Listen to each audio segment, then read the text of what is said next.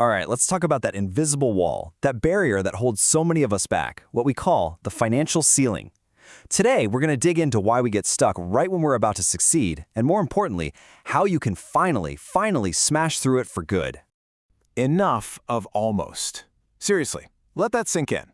We're done with almost hitting our goals. We're done with almost getting that breakthrough. From here on out, we're all about finishing the job. You know this feeling, right? You are so close. You can practically taste it, and then, boom. Something happens and you're pulled right back to where you started. That feeling of almost is exactly what we are here to take apart, piece by piece. Okay, so let's get right into it. Before we can even think about breaking through this thing, we've got to understand what it actually is. What is this invisible ceiling we keep bumping our heads on over and over again? So a financial ceiling isn't just a number in your bank account. It's a pattern. Think about it. Maybe every single time your savings hit, say, $10,000, an unexpected emergency pops up. Or maybe every time your business is about to land that game-changing client, something falls apart. That repetition, that is the ceiling. Now here's an idea that might just change everything for you. The root of our financial stalls often has nothing to do with money or skill or even strategy. It's about people.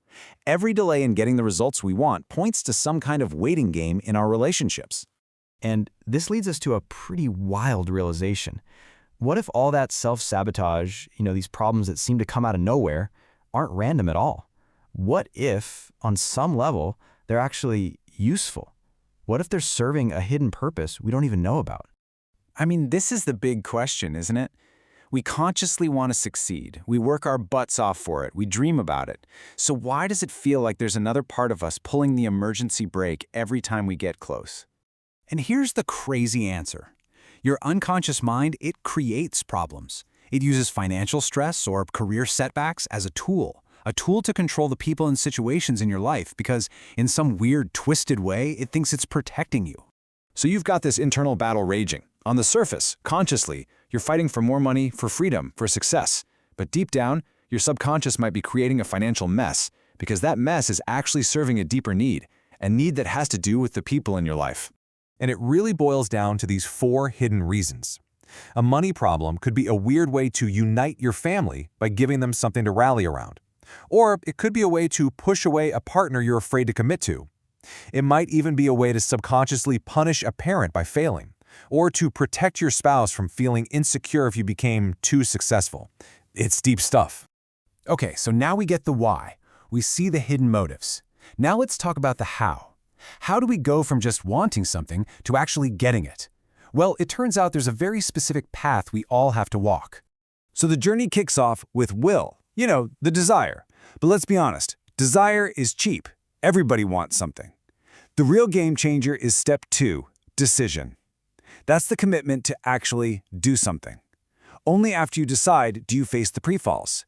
That's when your old habits fight back, before you can finally get to the result. I really want you to let this one sink in.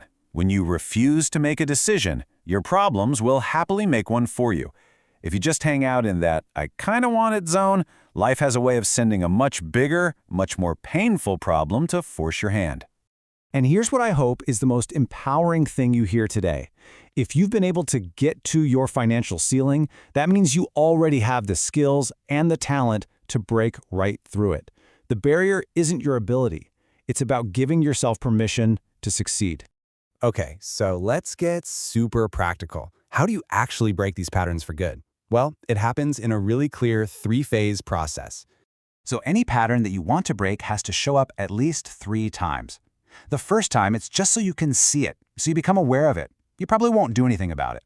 The second time it shows up, it's for you to develop. You see it coming, and this time you act, even if it's clumsy and feels hard. And the third time, that's for you to validate. The situation happens again, but this time, doing the new thing feels easy, almost natural. That's when you know you've really changed. So we've looked at the problem, we've walked the path to the solution, and now it all comes back to you. It all boils down to your very next decision. This right here is your call to action. You do not need to wait for a bigger crisis. You don't have to get fired or go broke or get your heart broken to finally make a change. That desire you're feeling right now, that's enough. You can choose to act based on your will, not your wounds. And so I'll leave you with this one last question to think about.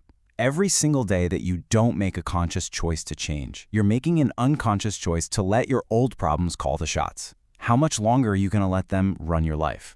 Because in the end, breaking through your ceiling isn't about some magic formula or just working harder. This whole entire journey, everything we've talked about today, it all hinges on one single powerful thing: a decision. Your decision.